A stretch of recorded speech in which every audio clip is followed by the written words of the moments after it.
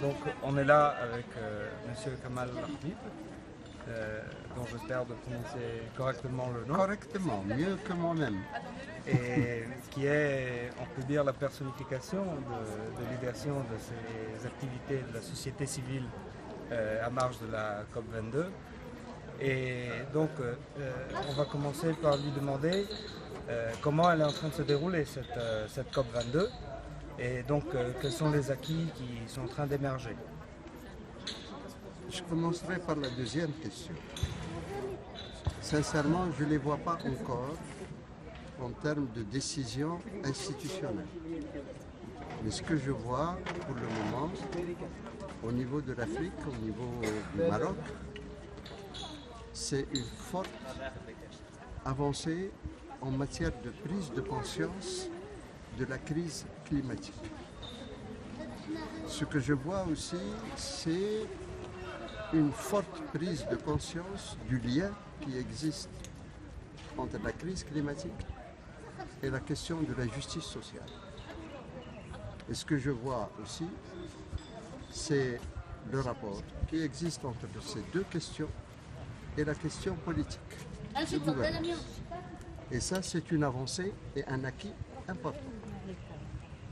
En termes institutionnels, il y a un slogan pour le moment. On attend les résultats des décisions des États pour comprendre qu'est-ce qu'ils vont prendre comme mesure.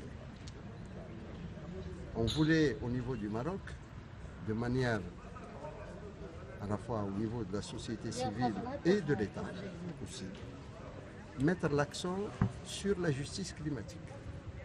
C'est important.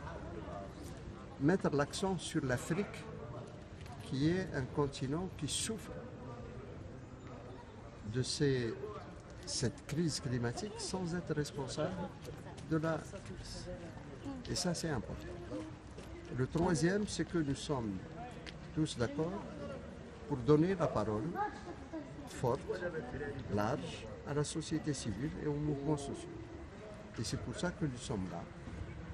Mais nous sommes aussi dans la zone verte et nous sommes dans la zone bleue pour essayer de faire passer nos messages, donner d'abord notre liberté d'expression au niveau de cet espace, aller vers l'espace vert pour trouver d'autres gens, un autre public qui n'est pas toujours le nôtre, et aller vers les États pour porter nos messages et nos revendications. Merci. Et ce matin, je pense qu'il y a quelque chose d'important qui s'est passé. C'est un pas de plus vers la constitution d'une COP Afrique. Et peut-être, je pense, avec tous les dégâts qu'on a fait dans le passé, comme occidentaux et comme nord du monde, c'est aussi un message très fort qui nous vient de cette initiative, c'est que l'Afrique veut avoir son rôle primaire, indépendant et très fort. Qu'est-ce que vous pensez que c'est l'enjeu futur de ce mouvement africain? Comment il va se développer? Si on avait autant de possibilités de prévision de l'avenir, ça aurait été magnifique. Ce que je sais, c'est ce que vous venez de dire. Nous sommes dans un processus compliqué, complexe, où il y a beaucoup d'acteurs différents, beaucoup de langues, beaucoup de religions, beaucoup de cultures,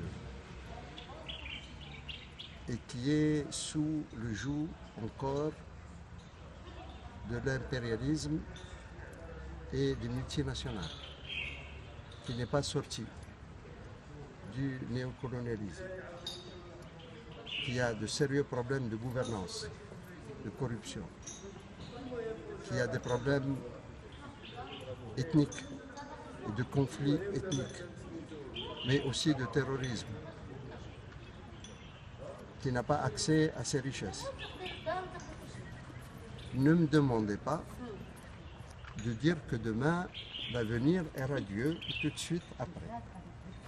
Non, on n'arrivera pas à ça, on ne peut pas le Mais demander. nous sommes dans l'espoir c'est vrai.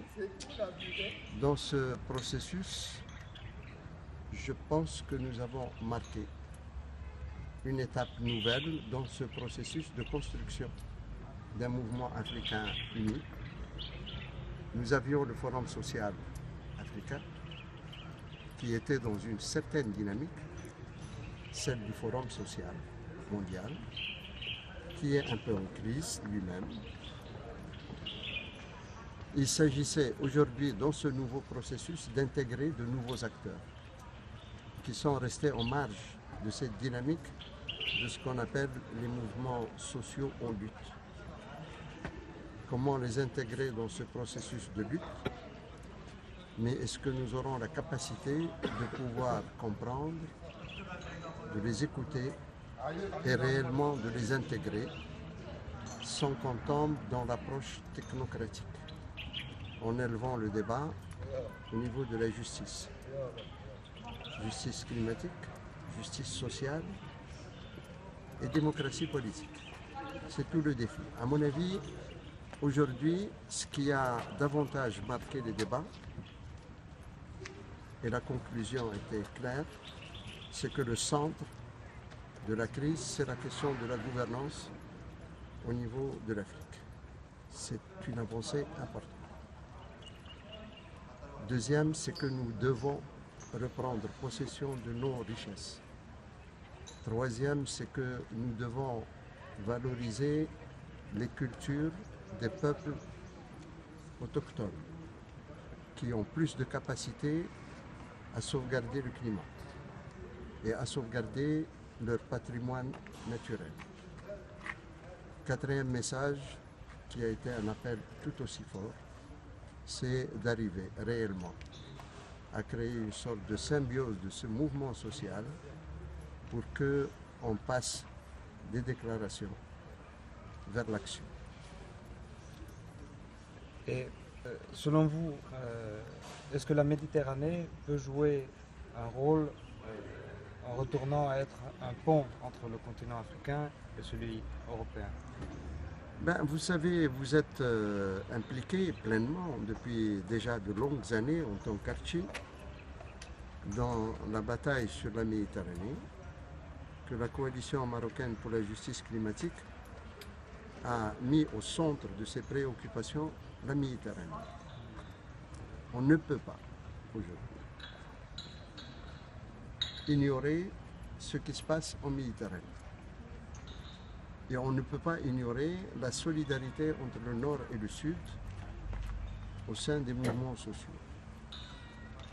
Que Archi, que d'autres syndicalistes et autres mouvements sociaux au niveau de l'Europe et du pourtour méditerranéen puissent trouver des articulations avec l'Afrique, nous les avons quelques-unes.